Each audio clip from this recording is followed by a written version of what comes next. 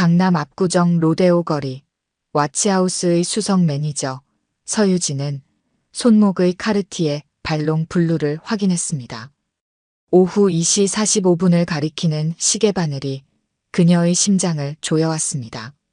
세계적인 시계 컬렉터이자 럭셔리 브랜드의 아시아 총괄 대표 마이클 첸이 방문하기까지 단 15분밖에 남지 않았기 때문입니다.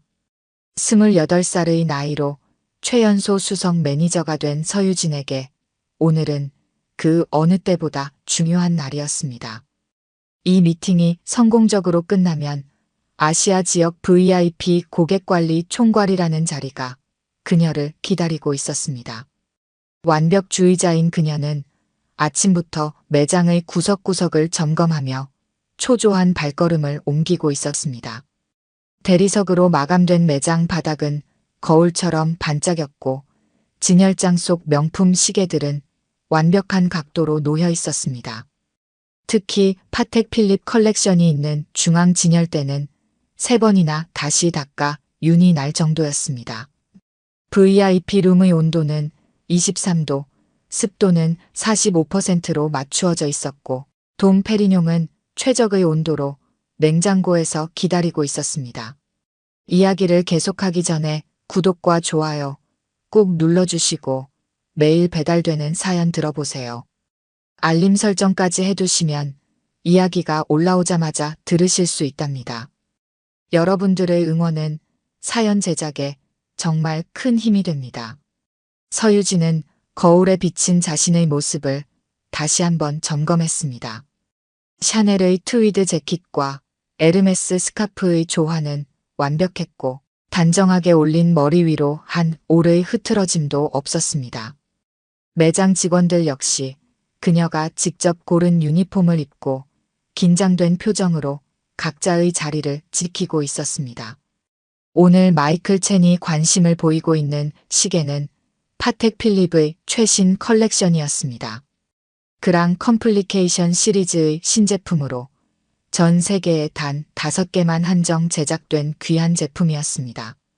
서유진은 이미 구매 가능성이 있는 VIP 고객 명단을 준비해 두었고 시계의 특징과 장점을 완벽하게 숙지하고 있었습니다. 수석님, 3번 진열장 광이 조금 흐린 것 같습니다. 새내기 직원 김민지의 말에 서유진은 즉시 해당 진열장으로 걸음을 옮겼습니다. 완벽한 상태여야 했습니다. 특히 오늘은 절대 실수가 용납될 수 없었습니다. 그때였습니다. 매장의 자동문이 열리며 한 노인이 들어섰습니다. 흐릿한 회색빛의 낡은 등산복은 여기저기 기운 자국이 있었고 운동화는 뒤꿈치가 닳아 있었습니다. 노인의 등장과 함께 매장 안의 공기가 순식간에 얼어붙었습니다. 서유진의 눈썹이 미세하게 찌푸려졌습니다. 하필이면 왜 지금이어야 했는지 가장 중요한 손님을 맞이해야 할 이 순간에 웬 등산복 차림의 노인이 매장을 찾아온 것입니다. 노인은 천천히 그러나 매우 꼼꼼하게 진열장을 살펴보기 시작했습니다. 그의 주름진 손가락이 유리판에 닿을 듯 말 듯 움직일 때마다 서유진의 심장이 쿵쾅거렸습니다. 더구나 노인은 다름 아닌 파텍 필립 컬렉션 앞에 서서 발걸음을 멈추었습니다. 방금 막 3번이나 닦아놓은 바로 그 진열장 앞이었습니다. 시계는 어느새 2시 52분을 가리키고 있었습니다. 마이클 첸의 방문까지 8분밖에 남지 않은 상황에서 서유진은 더 이상 기다릴 수 없었습니다. 그녀는 최대한 공손하지만 단호한 목소리로 노인에게 다가갔습니다. 안녕하십니까, 손님. 무엇을 도와드릴까요? 노인은 천천히 고개를 돌렸습니다. 허름한 차림새와는 달리 그의 눈빛은 놀랍도록 또렷하고 날카로웠습니다. 이 시계 좀 자세히 보고 싶은데요. 노인이 가리킨 것은 바로 마이클 첸이 관심을 보이고 있는 그 한정판 시계였습니다. 가격이 무려 3억이 넘는 전 세계에 단 5개뿐인 그 시계였습니다. 서유진의 심장이 더욱 빠르게 뛰기 시작했습니다. 죄송하지만 이 시계는 사전 예약하신 고객분들께만 보여드리고 있습니다. 서유진은 최대한 공손한 말투를 유지하려 했지만 그녀의 목소리에는 명백한 거부감이 묻어 있었습니다. 시계는 이미 2시 53분을 가리키고 있었고 매 초가 그녀에게는 고문과도 같았습니다. 아, 그러시군요. 하지만 이 모델의 투르비용 구조가 궁금해서 말입니다. 예전 모델과는 구조가 조금 다른 것 같은데. 노인의 말에 서유진은 순간 당황했습니다. 투르비용은 고급 시계에서만 볼 수 있는 특수한 기계 장치로 일반인들은 잘 모르는 용어였기 때문입니다. 하지만 그녀의 눈에 비친 노인의 낡은 등산복과 기운 운동화는 그저 시간을 때우러 온 노인네일 뿐이었습니다. 네, 손님께서 시계에 대해 잘 아시는 것 같네요. 서유진의 말투에는 이제 노골적인 비웃음이 섞여 있었습니다. 하지만 이 시계는 전 세계 5개 한정판입니다. 가격도 상당한 수준이고요. 혹시 다른 매장을 추천해 드릴까요? 백화점 시계 코너라면. 가격이요? 얼마입니까? 3억 5천만 원입니다. 서유진은 이 말이면 노인이 물러설 거라 확신했습니다. 그렇습니까? 그럼 이쪽 오데마 픽의 모델은 어떻습니까? 서유진은 입술을 깨물었습니다. 시간은 계속 흐르고 있었고 이 짜증나는 상황은 끝날 기미가 보이지 않았습니다. 게다가 노인은 고급 시계 브랜드의 이름을 정확하게 발음하고 전문적인 용어까지 알고 있었습니다. 민지 씨, 서유진이 새내기 직원을 향해 조금 큰 소리로 불렀습니다. 이 손님 응대 좀 부탁드립니다. 전 곧 마이클 대표님 미팅이 있어서요. 아, 그런데 말입니다. 노인이 주머니에서 무언가를 꺼내려 했습니다. 제가 한 가지만 더 여쭤봐도 될까요?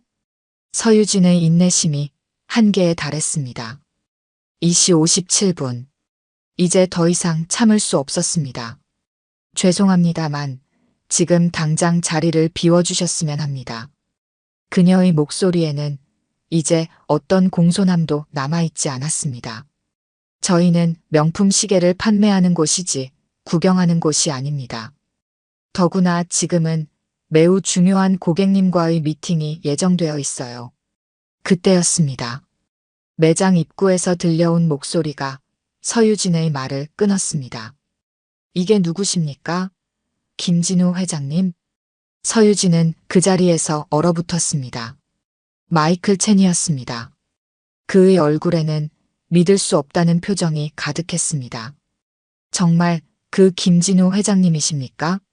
현대자동차의 전설적인 엔지니어, 세계 최고의 빈티지 시계, 컬렉터, 파텍 필립 레퍼런스 2499의 주인이신 서유진의 다리에서 힘이 빠져나갔습니다. 노인의 손에 들려있던 것은 고급스러운 명함이었습니다.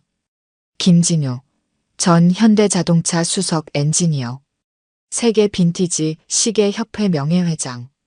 매장의 시계들이 일제히 삼시를 알렸습니다. 서유진의 얼굴에서 모든 혈색이 빠져나갔습니다. 와치하우스 매장 안의 공기가 순식간에 변했습니다. 마이클 첸은 자신의 수행원들을 제치고 김진우 회장에게 다가가 깊이 고개를 숙였습니다. 그의 태도는 방금 전까지 서유진이 보여준 거만한 자세와는 정반대였습니다. 서유진은 그 자리에 얼어붙은 채로 서 있었습니다. 그녀가 방금 전까지 무시하고 쫓아내려 했던 사람이 세계적인 자동차 엔지니어이자 시계 컬렉터였다는 사실이 믿기지 않았습니다. 김진우 회장은 세계에서 가장 희귀한 파텍 필립 빈티지 시계들의 소유자였고 그의 컬렉션 가치는 수천억 원에 달한다고 알려져 있었습니다. 마이클 첸은 김진우 회장의 존재를 설명하기 시작했습니다. 1970년대 초반 한국 자동차 산업이 막 태동하던 시기에 김진우는 현대자동차의 핵심 엔지니어였습니다. 그는 자동차 엔진 설계 분야에서 수십 개의 핵심 특허를 보유했고 현대자동차가 세계적인 기업으로 성장하는데 결정적인 역할을 했습니다. 은퇴 후에는 자신의 특허 수익과 탁월한 투자 안목으로 엄청난 부를 일구었지만 여전히 검소한 생활을 고수했습니다. 특히 그의 시계 컬렉션은 전설적이었습니다. 단순히 비싼 시계를 사모으는 수집가가 아닌 시계 제작 기술과 역사에 대한 해박한 지식을 가진 진정한 전문가였습니다. 그가 소장한 빈티지 시계들은 단순한 소유물이 아닌 인류의 위대한 기술 유산으로 평가받았습니다. 서유진의 얼굴이 창백해졌습니다. 그녀의 교만했던 말과 행동들이 하나하나 떠올랐습니다. 값비싼 명품으로 치장하고 지위를 과시하며 겉모습으로 사람을 판단했던 자신의 모습이 부끄러워졌습니다. 김진우 회장은 여전히 온화한 표정을 유지하고 있었습니다. 그의 낡은 등산복은 30년 전 자동차 연구소에서 입던 것이었습니다. 수많은 밤을 새워가며 엔진을 연구하고 설계하던 시절 그의 곁을 지켜준 작업복이었습니다. 값비싼 옷이나 화려한 겉모습보다 그에게는 그 시절의 기억이 담긴 등산복이 더 소중했습니다. 마이클 첸은 김진우 회장에게 자신이 준비한 특별한 시계를 보여주고 싶다며 VIP룸으로 안내했습니다. 서유진이 그토록 공들여 준비했던 그 방이었습니다. 하지만 이제 그녀는 그저 멀리서 지켜볼 수밖에 없었습니다. VIP룸으로 향하는 김진우 회장의 뒷모습은 작았지만 위험이 있었습니다. 그의 발걸음에는 50년 세월의 무게가 담겨 있었습니다. 엔지니어로서의 열정, 장인으로서의 집념, 그리고 한 시대를 이끈 리더로서의 자부심이 그대로 느껴졌습니다. 매장 직원들은 고개를 숙인 채 움직이지 못했습니다. 서유진의 눈가에 눈물이 맺혔습니다. 그것은 단순한 실수나 실수에 대한 후회가 아닌 자신의 오만했던 삶 전체에 대한 깊은 반성의 눈물이었습니다. 김진우 회장과 마이클 첸이 VIP룸으로 사라진 후에도 매장 안에는 오랫동안 무거운 정적이 흘렀습니다. 그리고 그 정적 속에서 서유진은 처음으로 자신의 모습을 똑바로 마주하게 되었습니다. 값비싼 시계들이 가리키는 시간보다 한 사람의 진정한 가치가 얼마나 더 소중한지를 깨닫는 순간이었습니다. VIP룸에서의 미팅은 예정된 시간을 훌쩍 넘겨 2시간 가까이 이어졌습니다. 서유진은 자신의 자리에서 꼼짝도 하지 못한 채 그저 먼 발치에서 상황을 지켜볼 뿐이었습니다. 매장의 다른 직원들도 평소와 다른 긴장감 속에서 자신의 업무를 이어갔습니다. 유리 너머로 보이는 VIP룸 안에서는 시계의 역사가 새롭게 쓰여지고 있었습니다. 마이클 첸이 김진우 회장에게 보여준 시계는 파텍 필립의 새로운 그랑 컴플리케이션이었습니다. 전 세계 단 5개만 제작된 이 시계는 기존 모델과는 전혀 다른 차원의 기술력을 담고 있었습니다. 퍼페추얼 캘린더와 미닛 리피터, 스플릿 세컨즈 크로노그래프 기능이 완벽하게 결합된 걸작이었습니다. 하지만 김진우 회장은 단 10분 만에 이 시계의 한계점을 지적했습니다. 무브먼트의 구조적 특성상 영하의 기온에서는 미세한 오차가 발생할 수 있다는 것이었습니다. 50년간 시계와 기계공학을 연구해온 그의 날카로운 통찰력이었습니다. 김진우 회장의 일생은 그가 소장한 시계들처럼 정교하고 가치 있는 시간들로 가득했습니다. 1970년대 초 한국 자동차 산업이 불모지나 다름없던 시절 그는 독일 유학파 엔지니어로서 현대자동차의 심장부를 설계했습니다. 당시 독일의 유명 자동차 회사들은 한국의 기술력을 무시했습니다. 하지만 김진우는 포기하지 않았습니다. 낮에는 엔진을 설계하고 밤에는 시계를 분해하며 정밀 기계의 본질을 연구했습니다. 그의 연구실에는 늘 낡은 등산복이 걸려 있었고 작업대 위에는 반분해된 시계들이 가지런히 놓여 있었습니다. 그의 노력은 마침내 결실을 맺었습니다. 1980년대 중반 그가 설계한 알파 엔진은 세계 자동차 업계에 충격을 안겼습니다. 기존의 상식을 뛰어넘는 혁신적인 설계였습니다. 이 엔진의 핵심에는 시계 무브먼트에서 영감을 얻은 타이밍 시스템이 있었습니다. 시계 제작의 정밀성을 자동차 엔진에 적용한 것입니다. 이를 기반으로 현대자동차는 세계적인 기업으로 도약할 수 있었습니다. 그의 시계 수집은 단순한 취미가 아닌 공학자의 열정이었습니다. 시계 하나하나가 인류의 위대한 기술적 성취를 담고 있다고 믿었기 때문입니다. 그의 컬렉션 중에는 1940년대에 제작된 파텍 필립 퍼페추얼 캘린더도 있었습니다. 전쟁의 혼란기에도 완벽한 정밀도를 추구했던 스위스 시계 장인들의 집념이 고스란히 담긴 작품이었습니다. 이 시계는 현재 시가 250억 원을 호가했지만 김진우 회장에게는 그 가치를 매길 수 없는 역사적 유산이었습니다. 특히 그가 아끼는 것은 1950년대 제작된 빈티지 크로노그래프였습니다. 이 시계는 그의 아버지가 평생 모은 돈으로 그의 독일 유학을 위해 판매하려 했던 것이었습니다. 하지만 결국 팔지 못했고 이후 김진우 회장은 30년간의 노력 끝에 같은 모델을 찾아 구입했습니다. 그에게 시계는 단순한 시간을 알려주는 도구가 아닌 인생의 이정표와도 같았습니다. VIP룸에서는 이제 시계 이상의 이야기가 오갔습니다. 김진우 회장은 자신의 엔지니어링 철학을 들려주었습니다. 진정한 혁신은 겸손한 자세에서 시작된다는 것, 기술의 진보는 인간의 삶을 더 풍요롭게 만들어야 한다는 것, 그리고 무엇보다 외면의 화려함보다 내면의 단단함이 중요하다는 것이었습니다. 마이클 첸은 자신이 준비했던 모든 프레젠테이션을 접어두었습니다. 대신 그는 김진우 회장의 이야기에 집중했습니다. 수십 년간의 경험에서 우러나오는 통찰력, 장인 정신에 대한 깊은 이해, 그리고 기술과 인간에 대한 따뜻한 시선이 담긴 이야기였습니다. 서유진은 VIP룸 밖에서 그들의 대화를 부분적으로 들을 수 있었습니다. 그녀가 그동안 알고 있던 시계의 세계는 너무나 얕고 표피적이었다는 것을 깨달았습니다. 시계의 가격표 너머에는 수백 년의 역사와 수많은 장인들의 열정, 그리고 끊임없는 혁신의 이야기가 숨쉬고 있었습니다. 해가 저물어갈 무렵 김진우 회장과 마이클 첸의 미팅이 끝났습니다.